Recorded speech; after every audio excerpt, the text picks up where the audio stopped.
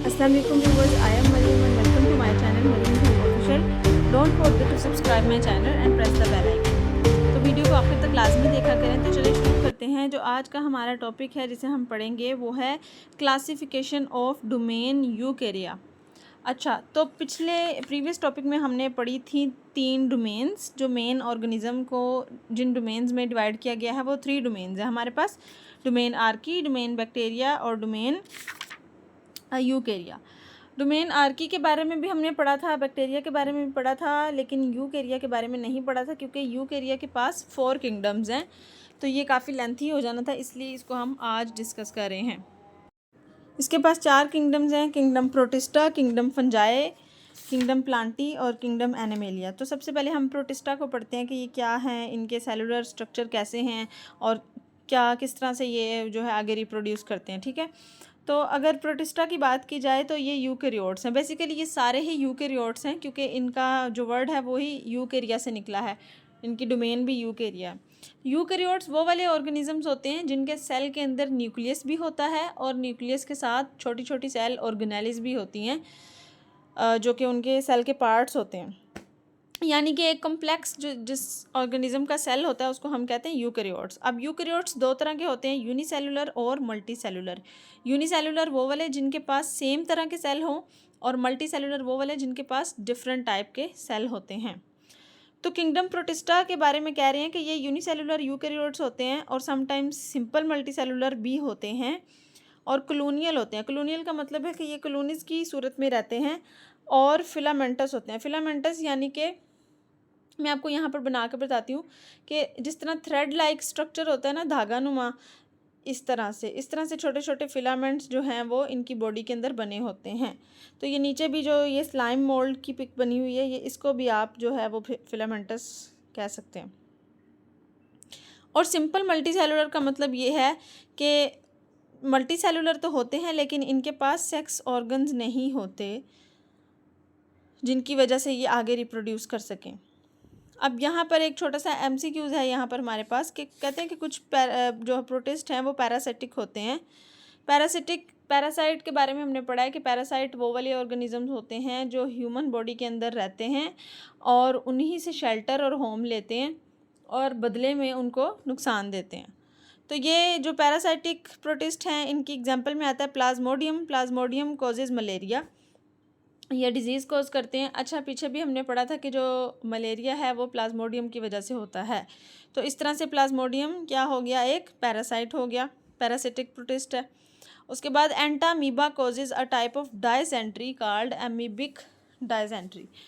जो Entamoeba protist है वो क्या कॉज करता है, डायसेंट्री कॉज करता है। ठीक है, अब डायसेंट्री एक डिसीज़ है जिसके अंदर ब्लीडिंग वाला जो डायरिया है, सवेयर किस्म का ब्लीडिंग और म्यूकस के साथ जो पेशेंट को डायरिया है वो हो जाता है।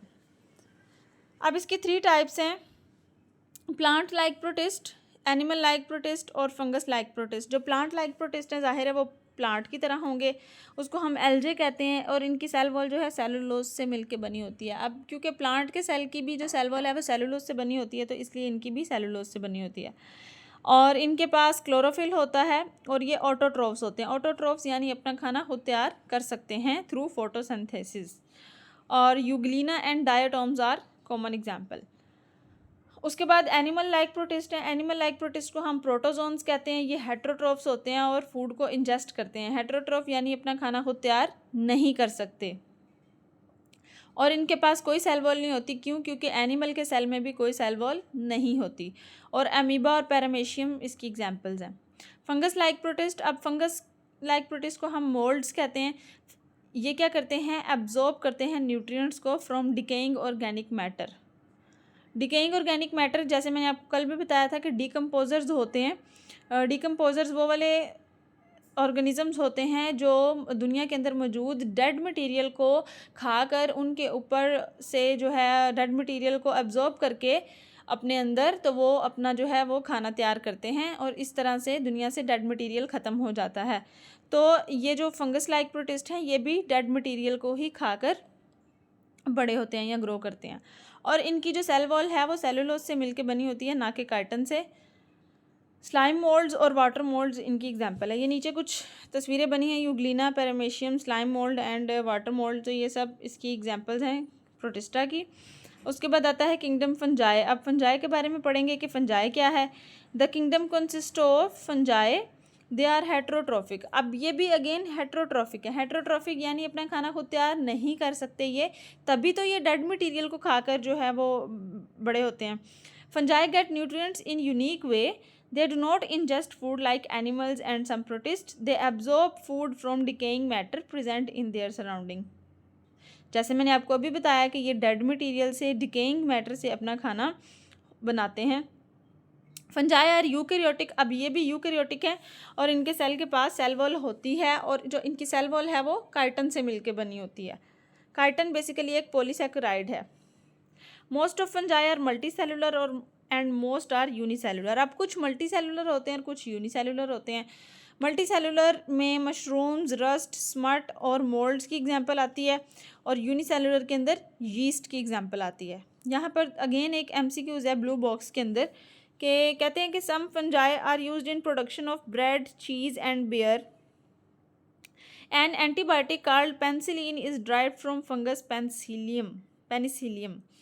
जो पेनिसिलिन है एंटीबायोटिक, वो भी एक फंगस से ही तैयार की गई जिसको हम पेनिसिलियम कहते हैं। तो ये एक MCQ से आप याद रखिएगा। उसके बाद यहाँ पर ये जो तस्वीरें बनी हुई हैं डायग्राम के अंदर, smut fungi on leaf, toadstool, bracket fungi और स्वीट टूथ फंजाई, ये सब जो हैं इसकी एग्जांपल्स हैं किंगडम फंजाई की। तो अब हम पढ़ते हैं किंगडम प्लांटी। किंगडम प्लांटी क्या होता है? प्लांटी प्लांट से रिलेटेड है, इसके अंदर सारे प्लांट्स होते हैं। It includes plants. अब ये भी अगेन यूकैरियोटिक मल्टी सेलुलर है। यूकैरियोटिक यानी कि इनके कम्प्लेक्स सेल हैं, सेल के अंदर न्यूक्लियस भी है, सेल वॉल भी है और सब सारे ऑर्गेनेलिज हैं। और मल्टी सेलुलर ऑर्गेनिज्म का मतलब है कि इनके पास इनके अपने सेक्स ऑर्गन्स भी हैं विद सेल वॉल। अब इनके सेल के ऊपर सेल वॉल भी होती है जो कि सेलुलोज से मिलके बनी होती है। They are autotrophic. ये ऑटोट्रॉफ्स हैं, यानी अपना खाना खुद तैयार करते हैं। कैसे तैयार करते हैं? फोटोसिंथेसिस की सूरत में। Prepare food through photosynthesis. जब ये फोटोसिंथेसिस करते हैं तो ये अपना खाना वहाँ से बना लेते हैं, क्योंकि इनको कार्बन डाइऑक्साइड चाहिए होती है। तो ये जब फोटोसिंथेसिस करते हैं तो कार्बन डाइऑक्साइड को अब्जॉर्ब कर लेते हैं और ऑक्सीजन को रिलीज़ कर देते हैं। All plants have multi cellular sex organs. इनके पास, सबके पास जो है मल्टी सेलुलर सेक्स ऑर्गन्स होते हैं। During sexual reproduction they form embryos. Embryo कहते हैं सीड को। जब इनकी सेक्शुअल रिप्रोडक्शन होती है, सेक्शुअल रिप्रोडक्शन वो वाली रिप्रोडक्शन होती है जिसके अंदर मेल और फीमेल दोनों के जो सेल्स हैं वो आपस में फ्यूज़ करते हैं, मिलते हैं, और उनकी सूरत में एक जाइगोट बनता है या एम्ब्रियो बनता है, उसको हम सीड बनता है, उसको हम एम्ब्रियो कहते हैं। और एसेक्सुअल रिप्रोडक्शन वो वाली रिप्रोडक्शन होती है जिसके अंदर मेल और फीमेल के गैमीट्स नहीं मिलते, उसके बगैर ही हम रिप्रोडक्शन करवा लेते हैं। एसेक्सुअल रिप्रोडक्शन भी होती है प्लांट्स के अंदर थ्रू वेजिटेटिव पार्ट्स के थ्रू होती है।